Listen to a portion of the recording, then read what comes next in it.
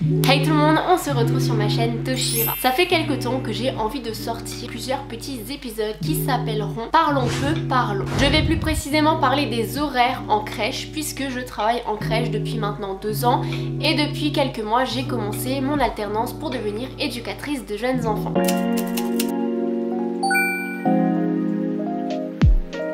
Je vous ai préparé un petit tableau, je vous ai mis plusieurs possibilités d'horaires que vous pouvez avoir si un jour vous travaillez en crèche. Que ce soit en grande crèche ou en micro crèche, les horaires en général se ressemblent quand même pas mal. Certaines structures peuvent ouvrir même plus tôt que 6h45 ou fermé après 19h, mais j'ai vraiment déjà bien élargi les horaires là parce que de base les structures c'est plutôt du 7h 18h30 en général. Nos horaires sont donc basés sur les horaires d'ouverture de la structure forcément. Donc si un jour vous travaillez en crèche, on pourra potentiellement vous donner ce genre d'horaire là. Tous les jours vous avez des horaires différents. Donc soit vous êtes de journée, vous faites du 9h30 17h, ou soit il y a des journées où vous êtes uniquement du matin comme le jeudi, ou alors soit vous êtes d'après-midi et vous faites du 13h 18h30. En général, si vous commencez à 7h, forcément vous allez faire l'ouverture de votre groupe, et si vous terminez à 18h30, vous allez faire la fermeture de votre groupe. Alors à savoir que quand on vous donne ces horaires là, ces horaires restent pour toute l'année. Donc toute l'année vous allez faire les mêmes horaires. Tous les jeudis vous allez terminer à 13h, ça c'est l'avantage, vous avez vos après-midi,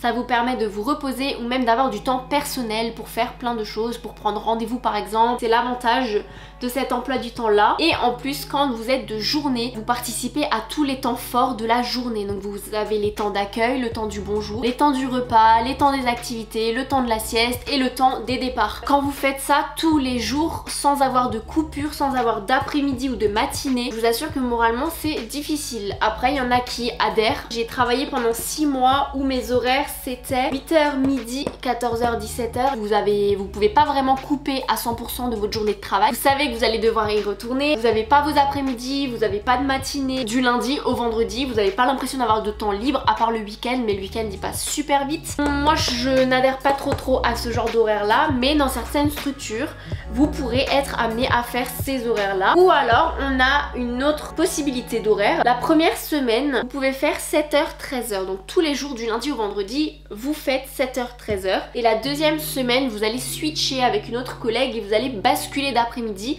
et donc vous allez faire du midi 18h30 du lundi au vendredi. C'est une autre dynamique, mais ça peut vous permettre d'avoir vraiment du temps libre. Ça vous laisse vraiment l'opportunité de pouvoir, par exemple comme la première semaine, avoir tous vos après-midi de libre. Et je vous assure que quand vous devez gérer le travail plus les études, ou même parfois en plus vous devez gérer vos enfants, avoir ces après-midi de libre c'est pas négligeable. À savoir que dans les crèches la plupart du temps vous pouvez être principalement sur des contrats à 35 heures ou alors des contrats en 28 heures. En général les collègues qui sont sur des contrats de 28 heures, elles ont une journée de libre dans la semaine. En général elles travaillent le lundi, le mardi, elles ont leur mercredi, donc elles ne travaillent pas le mercredi, elles retravaillent ensuite le jeudi et le vendredi. Ou alors j'ai déjà également vu ce cas de figure, une collègue qui est en 28 heures, elle travaille lundi, mardi, mercredi, jeudi et elle ne travaille pas le vendredi. Et ça c'est aussi un avantage quand vous êtes en 28 heures. Après ça dépend en fait de ce que vous souhaitez. Si un 28 heures ça vous correspond et si ça correspond à l'employeur tant mieux, mais en général un 28 heures ou un 35 heures c'est à vous de choisir ce que vous souhaitez,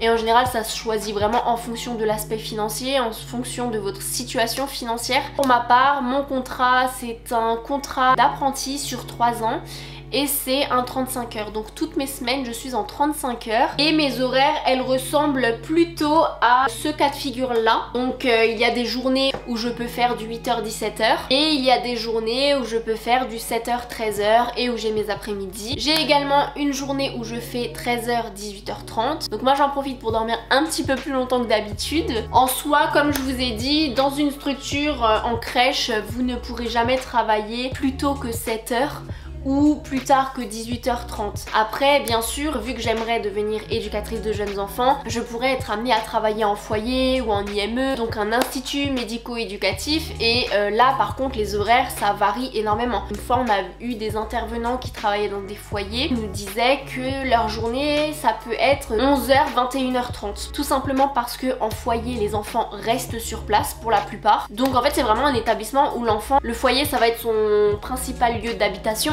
et donc il faut que derrière il y ait des éducateurs qui puissent assurer la prise en charge de l'enfant, et pour ça du coup ça nécessite d'avoir une plus grande amplitude au niveau des horaires de travail. C'est pourquoi si vous souhaitez vous diriger dans cette branche là, dans la branche du domaine de la petite enfance, n'hésitez vraiment pas à faire vos recherches même au niveau des horaires, parce qu'en soi les horaires c'est quand même très important. Même si là je vous ai présenté par exemple des semaines où vous faites du 8h, midi, 14h, 17h, vu comme ça sur le papier ça peut paraître faisable, mais je vous assure que quand vous enchaînez les semaines où vous n'avez pas d'après-midi, pas de matinée, vous pouvez très vite avoir l'impression de pas avoir de temps libre, et je vous assure que le temps libre c'est quand même très important. Même si vous pouvez être passionné par votre métier, ce qui est mon cas, parfois souffler ça fait aussi du bien. J'espère que cette vidéo elle vous a plu. Ma prochaine vidéo, parlons peu, parlons, je vous expliquerai un petit peu une journée type à l'école et une journée type au travail. Qu'est-ce que je fais durant mes journées au travail? Ça c'est ce qui vous attend dans la prochaine vidéo. En tout cas je vous dis à très bientôt,